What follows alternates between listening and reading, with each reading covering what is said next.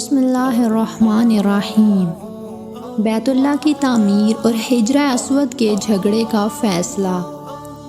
آپ کی عمر کا 35واں سال تھا کہ ایک روز زبردست سیلاب آیا جس سے خانہ کعبہ کی دیواریں پھٹ گئیں۔ یہ دیواریں ایک بار کعبہ میں آگ لگ جانے کی وجہ سے پہلے ہی کمزور ہو چکی تھیں۔ اب قریش مجبور ہوئے کہ از سر نو تعمیر کریں۔ اس موقع پر انہوں نے فیصلہ کیا کہ اس تعمیر میں صرف حلال مال ہی خرچ کریں گے، چنانچہ رنڈی کی اجرت، سود کی دولت اور کسی کا ناحق لیا ہوا مال اس میں استعمال نہیں کریں گے۔ انہیں خانہ کعبہ گراتے ہوئے بھی ڈر لگ رہا تھا مبادا اللہ کا عذاب ٹوٹ پڑے۔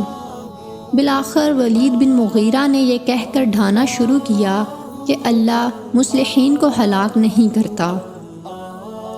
جب لوگوں نے دیکھا کہ اسے کچھ نہیں ہوا تو انہوں نے بھی ڈھانا شروع کر دیا اور حضرت ابراہیم علیہ السلام والی بنیاد تک گرا ڈالا۔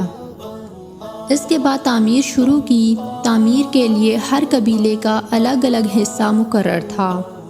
اشراف اپنے کندھوں پر پتھر لاتے اور ڈھیر لگاتے۔ رسول اللہ صلی اللہ علیہ وآلہ وسلم اور آپ کے چچا عباس بھی پتھر ڈھو رہے تھے۔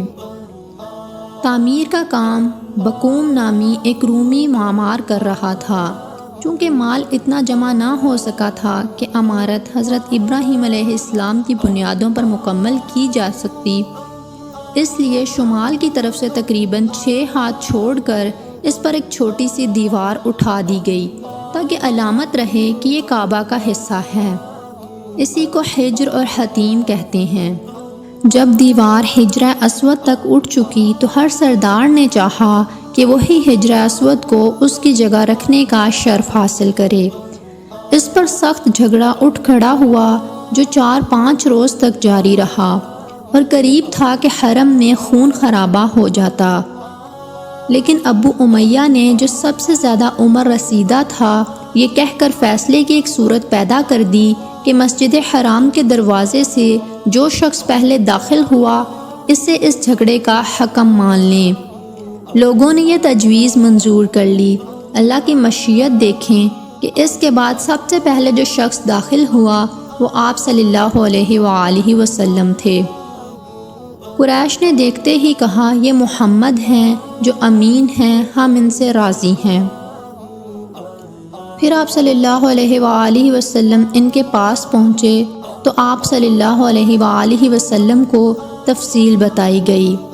آپ نے اس کا یہ حل نکالا کہ ایک چادر لی، اس میں حجر اسود رکھا اور سب سرداروں سے کہا کہ اس کا کنارہ پکڑ لیں اور اوپر اٹھائیں۔ سب نے ایسا ہی کیا۔ جب چادر حجر اسود کی جگہ تک پہنچ گئی تو آپ صلی اللہ علیہ وآلہ وسلم نے اپنے مبارک ہاتھ سے حجر اسود کو اس کی جگہ پر رکھ دیا۔ یہ اتنا عمدہ فیصلہ تھا کہ اس پر سب خوش ہو گئے۔ حجر اسود زمین سے 1.5 میٹر بلندی پر ہے اور دروازہ تقریباً 2 میٹر اونچا ہے۔ قریش نے اسے اتنا اونچا اس لیے رکھا تاکہ ان کی اجازت کے بغیر کوئی شخص کعبہ میں داخل نہ ہو سکے۔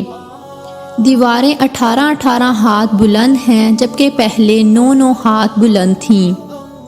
اندرون کعبہ 2 قطاروں میں 6 ستون کھڑے کیے گئے ہیں اور 15 ہاتھ کی بلندی پر چھت بنائی گئی ہے، جبکہ پہلے نہ ستون تھے اور نہ ہی چھت۔